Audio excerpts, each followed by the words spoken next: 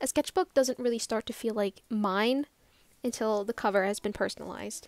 So today I'm going to be painting and customizing my sketchbook cover. In the last video, I did all the planning and sketching and just thumbnail work for this drawing. So if you're interested in seeing all the planning that was involved in this painting, then go watch that video. I'll try to remember to link it in the description below. I was going to paint the cover ages ago, but I never got around to it. So I do already have a layer of Mod Podge on the cover to prime it and just prepare the surface. So if anyone's going to paint on a different surface than like a standard painting surface, then I would always recommend putting Mod Podge on, or some kind of gesso, or just something to just prime the surface and get it prepared, and just so that it handles the paint a little better. I just went ahead and started sketching the koi fish with a normal HB pencil, and then I used a white Prismacolor pencil just to like outline a little bit, see it a little better. And before I really got into the painting, I did cover both the koi fish with white acrylic paint, just so that I have a nice little base for the other colors to like layer on top of. I think some of my paints are not the greatest. I think it's like the Derwent paints that just aren't great on top of darker surfaces. They're just not great overall. Like, especially my yellow, I really struggle with that yellow paint, so I thought that if I had a layer of white underneath, then it'll pop more, it'll be more visible, and I guess it would just behave a little bit more predictable and a little easier to manage. So yeah, that's definitely a little tip that I will be using from now on in my paintings. If I'm going to be painting anything on top of a darker surface, then definitely white for the base. And it definitely did work. The colors really did pop a lot more than they would have otherwise. I'm not super experienced with acrylic paint, or any paint to be honest, but I've definitely used it a lot more these past few years. I never really step too far outside of my comfort zone though. It's normally like skies and water. I don't really paint, I guess, more difficult stuff. I am trying to push myself some more this summer, as I've said in some previous videos. I am trying to step out of my comfort zone. I want to draw different things and I want to use different mediums, and I just want to dabble and experiment this summer. So I thought I'd push myself by using acrylic paint to paint two fishes. Another little life hack I have, whenever I mix colors, and like I obviously always have paint left over, like no one perfectly squeezes out the right amount of paint and then just has nothing to clean up after that. If you have a lot of leftover paint, some plastic wrap or plastic film around your palette will keep the paint dry much longer, so that you can keep coming back to the same colors that you've mixed in your leftover paint and not have to keep cleaning up paint and mixing up more. That has definitely been a game changer for me. At the end of this video, you see that I use Posca pens for details, such as the scales and just like tinier details on the fish. I think the scales are technically upside down for both the fish. I did it on one fish and noticed that it was upside down, but once I'd realized it, I kind of had to commit to it, so I just did it the wrong way for the other fish as well. So it looks a little off, I know, but it is what it is. I really like Posca pens. I think they are a great material to just have laying around. They're acrylic paint markers, so it's basically acrylic paint in a marker or in a pen. So it's nice for those like harsh, tiny details. And I also used the Posca pens to add like my little sparkles or whatever around the page, just to like give it a little extra pop of color, so it's not just the two fish floating in endless black. But yeah, I sealed it with a layer of Mod Podge. It just protects it from like chipping off and stuff. Definitely make sure that if you're painting on your sketchbook cover, or on anything to be honest, definitely make sure that you varnish it, just so that you can protect it and nothing gets damaged. Obviously a sketchbook is something I'm going to be bringing around with me. It's going to be in bags. I'm going to be opening and closing it a lot. Like, it's just going to touch a lot of different things, and I don't really want all my hard work to just start chipping off and rubbing away. And yeah, and I have painted on a sketchbook before and not varnished it, and I learned the hard way that it will not last long. I don't really have anything else to say about this drawing.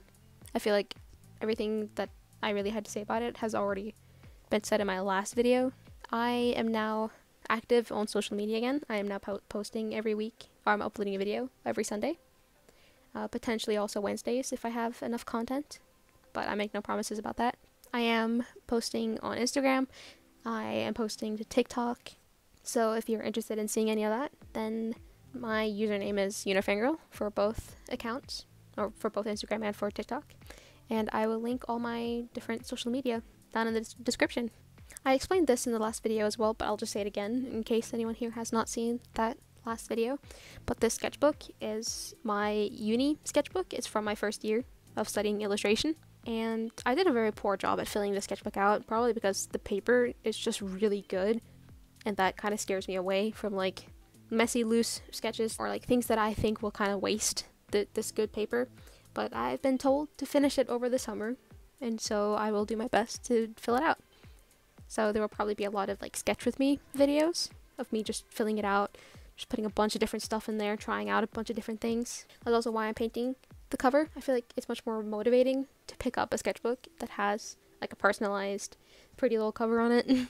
Like every time I grab it, I'll just be like, you know, I did this. This is mine. I could need any bit of motivation that I can get because I have a lot of pages to fill out in the span of like 2 months. But I will do my best. So if anyone has any like suggestions, any ideas for things to draw, things to experiment with, different mediums to use, then let me know because I am willing to try just about anything this summer. Back like 2 years ago when I was uploading to YouTube consistently, every week I would talk about my current projects and I guess my current interests, like whatever anime I was watching or the books I was reading or games I was playing. And I don't really have anything else to talk about, so I guess I'll do that today as well. For my current project, I am working on another acrylic painting, this time of some cute little animals. I have shown it before on my Instagram, so if you want to see some of that, then go follow me on Instagram. I do post to my story at least, just about every day. I always update you guys on what I'm currently working on, a lot of like work in progress shots on my Instagram story. Well, I was working on that back before I went away like a month ago, but I will pick that up again soon and hopefully finish that. And other than that, I've really just been doing stuff in my sketchbook. Like I have been drawing images that I've taken from around like London, and yeah, I have a lot of like aesthetic, pretty little pictures of like little shops and cafes and stuff in London. And when I went away in Tenerife as well, I took a lot of pictures of things that I wouldn't mind drawing. So yeah, instead of like actually going out to these places and drawing in life, I'd rather just take a picture and do it at home. I have been doing a lot of that. I've recorded a lot of it as well. And other than that, I haven't really been working on much else. It's just really just been all these koi fishes. But yeah, I am open to suggestions for what my next project could be after all this.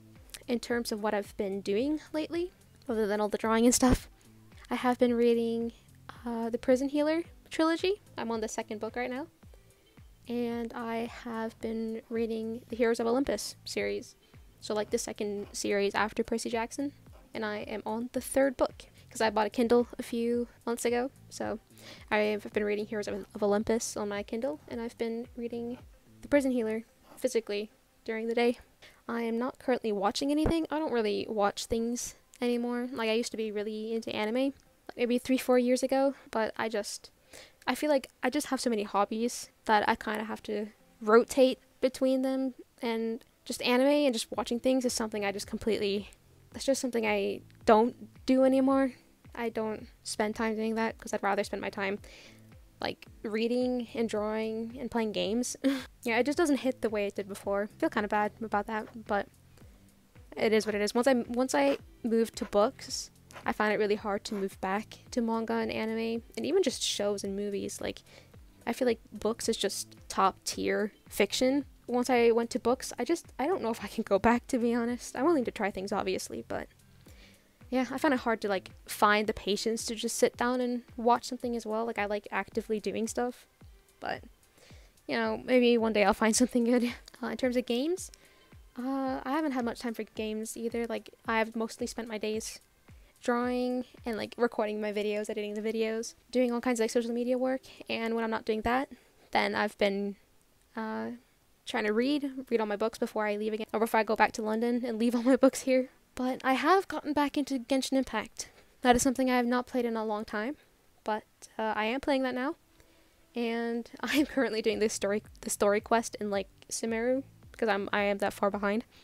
But yeah, I am enjoying it again. I've missed it. And other than that, I just finished playing Moonlighter. with my boyfriend. It's like a little indie game on the Switch that we played through it twice now, so I guess we'll find a new game to play now. But yeah, I think that's enough rambling for one video. If you guys have anything that you'd like to see, then let me know. I am open to just about anything. And yeah, if you want to see more of my work, then go follow me on my other social media. And yeah, I hope that you guys enjoyed this video, and I'll see you guys next Sunday.